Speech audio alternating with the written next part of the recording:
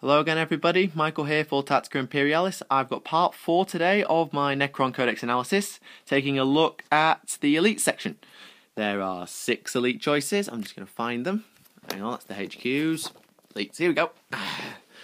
I'm going to start here with the Deathmarks. These guys have a Necron Immortal stat line, 19 points a model, RP, Deep Strike, and 2 other rules. Ethereal Interception allows them to arrive from reserve when an opponent's unit arrives from reserve.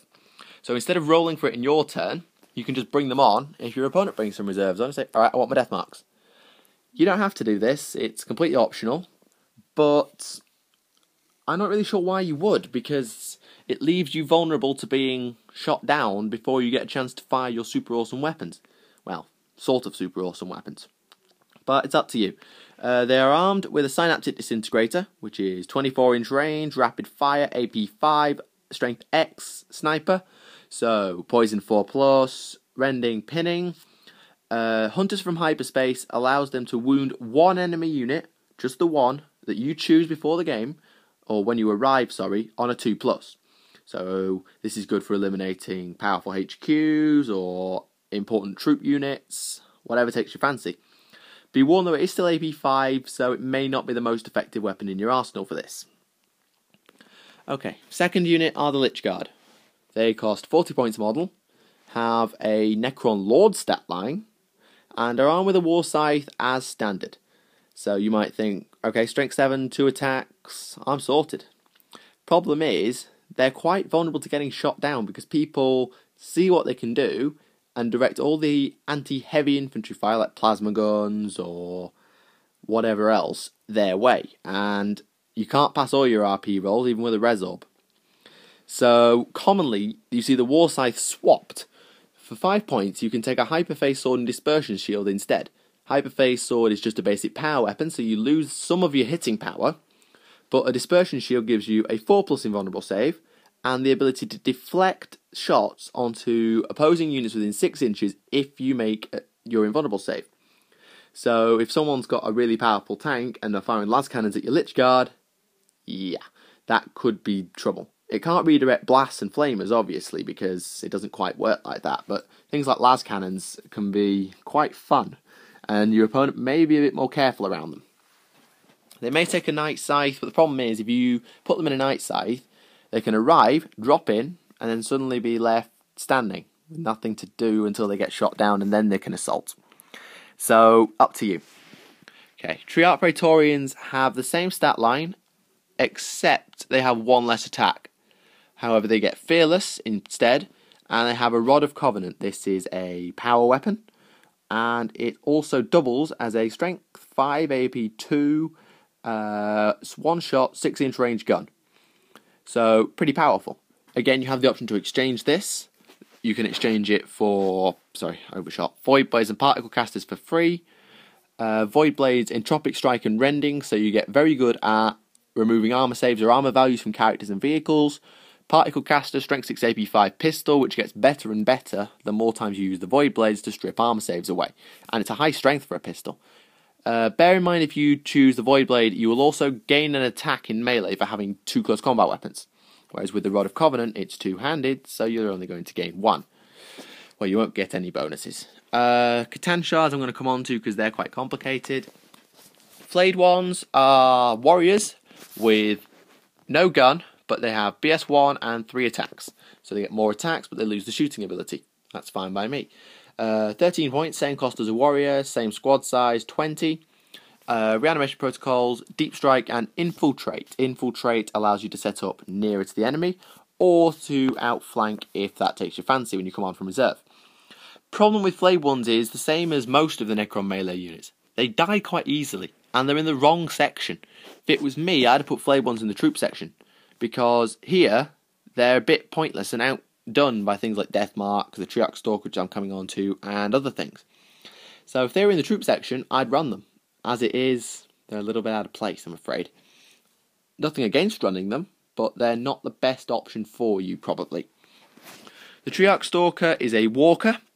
It has weapon skill, ballistic skill 4, strength 7, 11 all round, initiative 2, 3 attacks.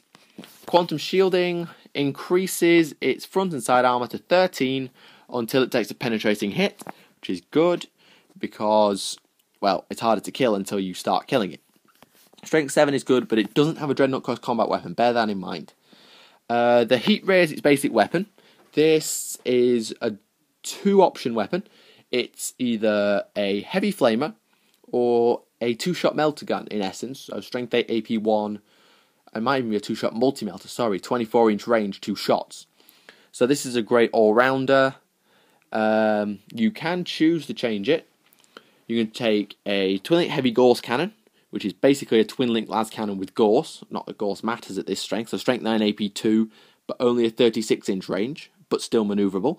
A particle shredder is a blast weapon. Hang on, I should have looked this up really. Particle shredder, 24-inch range, strength 7 AP 4, large blast. So more anti-infantry than a Gorse cannon, but perhaps less so than the Heat Ray.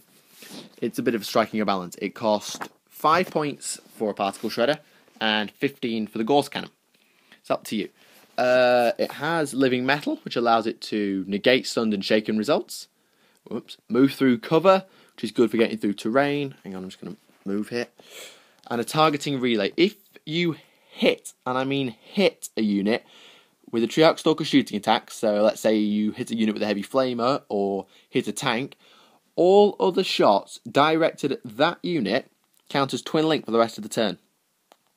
So this is great if you've got a tank you need to kill. You shoot the focused heat ray, and then all your other anti-tank fire is twin linked. Same with infantry. Great for clearing off objectives particularly, and works well in concert with things like tachyon arrows, which are single shot and definitely need help to hit.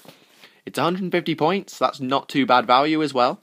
Can't claim objectives obviously because it's in the elite section, but it's pretty good as long as you can avoid it getting it blown up on turn 1.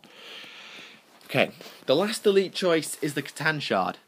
These originally existed as HQs, or there were 2 Catan as HQs. Now they're in the elites. New background. Weapon skill, ballistic skill 5, strength 7, toughness 7, 4 wounds, initiative 4, 4 attacks, leadership 10 and a 4+ save. Not as good as most monstrous creatures these days, who seem to have 6 wounds, toughness 8, or whatever, like Wraith Knights, and they're a nightmare. But they're 185 points, immune to instant death, so good luck killing it with a force weapon. Fearless, so it can't run back, and it ignores terrain, so you don't take difficult or dangerous terrain tests with it, which is great. However, it never stays at 185 points. You have to give it 2 of these powers. Only 2. Must take 2. Only 1 per round. So you take 2 shards. You can't take Pyre shards twice, for example. The various powers are as follows. I'm just going to go to the Catan page. Hang on, I've gone too far. Again, sorry. Okay. For 10 points, you can have Entropic Touch or Gaze of Death. This one gives you Entropic Strike, which is okay, I suppose, but when you consider monstrous creatures have Armor Bane and AP 2 anyway, it's only helping everything else realistically. Gaze of Death, actually this is about 40 points, I got that wrong. Place the large blast marker after you've attacked. Strength 3, hit on all models underneath it. No armor saves allowed. If it causes a wound that is not saved, it gets a wound back. Doesn't count towards combat resolution though, so it will only just help heal your Catan or whittle down the enemy. This particularly will be good with things like Space Marines or even Terminators particularly, because it's killing them on a 5+. And against lower toughness models like Guardsmen or Tau, then it gets even better. Or if you're a little bit, what's the word I'm looking for? I can't think of it right now, but if you're willing to throw your warriors' lives away, you can kill a load of warriors, hopefully they'll get back up again, and gain some wounds back. Up to you. Grand Illusion, the old trick of the deceiver. After everything's been deployed and you've made scout moves, so literally just before the game starts, you can redeploy D3 units as long as you stay within the rules of the mission. These can be used to move units in or out of reserve. So if you've left a unit of Lich Guard in reserve, you can then put them on the board, as long as they're not in a flyer, because then they have to stay in reserve. So just keep with the rules. or if you could deploy a monolith or not deploy a monolith, then bring it on to hide all your units behind. Up to you. So it can be quite useful. Lord of Fire is a bit situational. All flamer weapons, such as Heat Ray, which is one of your weapons, the Burner, the Scorcher of the Orcs, Flamers, Inferno Cannon, and any other weapon described as using flame or fire as its effector in its special rules. So it's a little bit wordy. And all melter weapons within 12 inches of the Catan have a chance of blowing up. You roll a d6 every time it's fired within that 12 inches. On a 1, the weapon blows up. Kill the carrier or treat it as a weapon destroyed. Either case, the shot doesn't get fired. So yeah, situational, but pretty powerful if you've got melter guns trying to blow you up. Molder of Worlds. 24-inch range, large blast, strength 4 AP, nothing. It's an infantry killer, but that's about it. It's okay though. Pyre Shards, 18-inch range, strength 4 AP, nothing, 8 shots. Again, it's an infantry killer, but I've seen worse, and it's only 15 points. Sentient Singularity.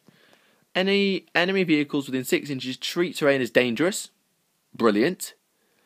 And deep striking units automatically mishap if they roll a double, whether or not a hit is rolled. So keep track of what your opponent rolls with the 2d6 as well as the scatter dice there.